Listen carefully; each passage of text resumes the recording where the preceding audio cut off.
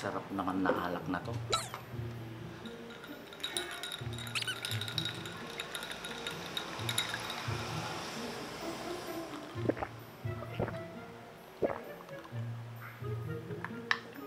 Ay, grabe.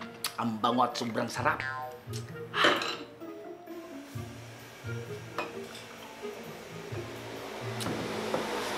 Loko-lokong magpinsan na yun ah.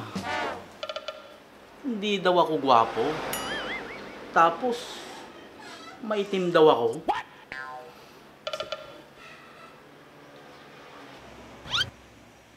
Gwapo naman ako ah. Gwapo naman ako ah. Yun nga lang. Maitim talaga ako.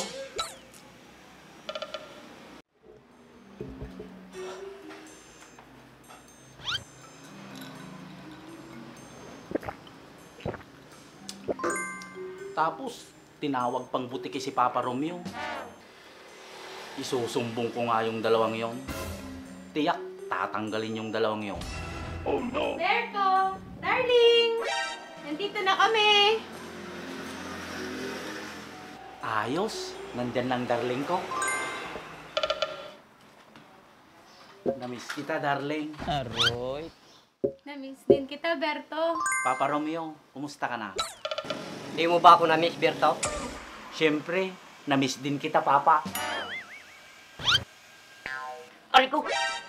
Halos hindi ako makahinga sa yakap mo. May galit ka ba sa akin? Wala, Papa.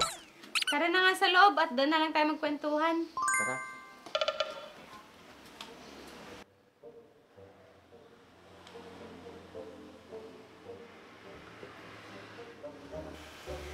Kumusta naman yung buhay mo dito, darling, habang wala kami? Ayos naman, darling. Nailabas ko yung tunay na ako. Ha? Anong ibig mong sabihin? Anong pinagagawa mo rito? Ah, wala, darling. Wala, Papa. Teka lang.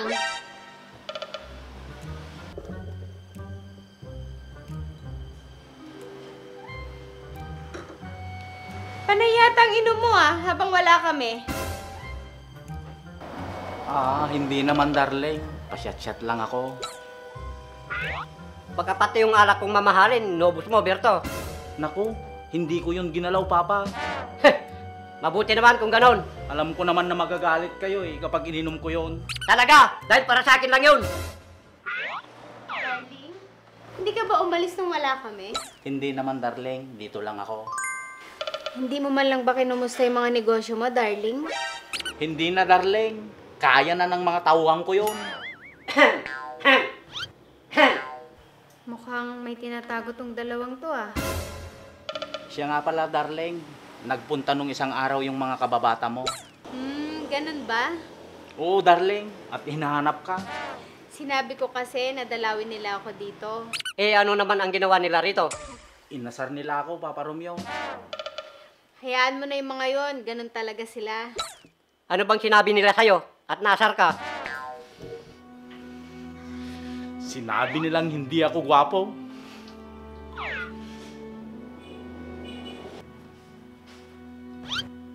Bakit? Totoo naman yung sinasabi nila. Bakit ka naaasar? Mga loko-loko talaga yung mga yon. Ano, Papa Romeo? Maglalaglagan na ba tayo? Luko-luko talaga yung mga yun. Sinabi bang pangit ka? Eh, ang gwapo-gwapo mo? Yan. Yan ang gusto ko sa'yo, Papa. Teka, darling. Anong laglagan ang sinasabi mo? Wala yun, anak. Nagbibiro lang si Berto. Di ba, Berto? Oo, Papa. Parang may sikreto tong dalawang to Bukod sa pangit ka. Ay, hindi pala. Bukod sa gwapo ka, ano pa yung sinabi ng dalawang magpinsan sa'yo? Sinabi nilang maitim daw ako. Yan na yung totoo, Berto. Oo nga naman, darling. Kaya tanggapin mo na maitim ka. Pero, gwapo ka naman. Sige na nga, maitim na ako. Bukod sa gwapo at maitim ka, Berto, meron pa ba silang sinabi? Mayroon pa, Papa Romeo. Ano yon? Mas gwapo daw yung dating asawa ni Ruby kaysa sa akin. Totoo ba yun, Papa? Nakakalungkot isipin, pero totoo yun, Berto. Huwag ka sanang masasaktan.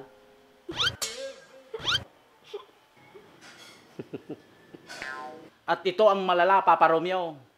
May sinabi sila tungkol sa'yo. Ano? Eh, anong sinabi nila? Sinabi nila, mukha ka daw butike. Ano? Sinabi nila sa akin yon? Oo, sinigaw pa nila yon. At ang daming nakarinig. Humanda sa akin ang dalawang yon. Matitikman nila ang batas ng isang matandang butike. Pa, hayaan mo na lang sila. Alam mo naman na loko-loko yung dalawang yun. Hindi ko palalapasin ito, Ruby. Susugurin ko sila. Ano, Berto? Sasama ka? Oo naman, Papa Romeo. Susugurin natin sila. Sige, tara na. Sige, Papa Romeo, mauna ka na. Susunod na ako. Hindi pwede, dalawa tayo. Sige na nga, Papa Butike. Papa! Darling! Ano ba naman yun? Isang negro at saka isang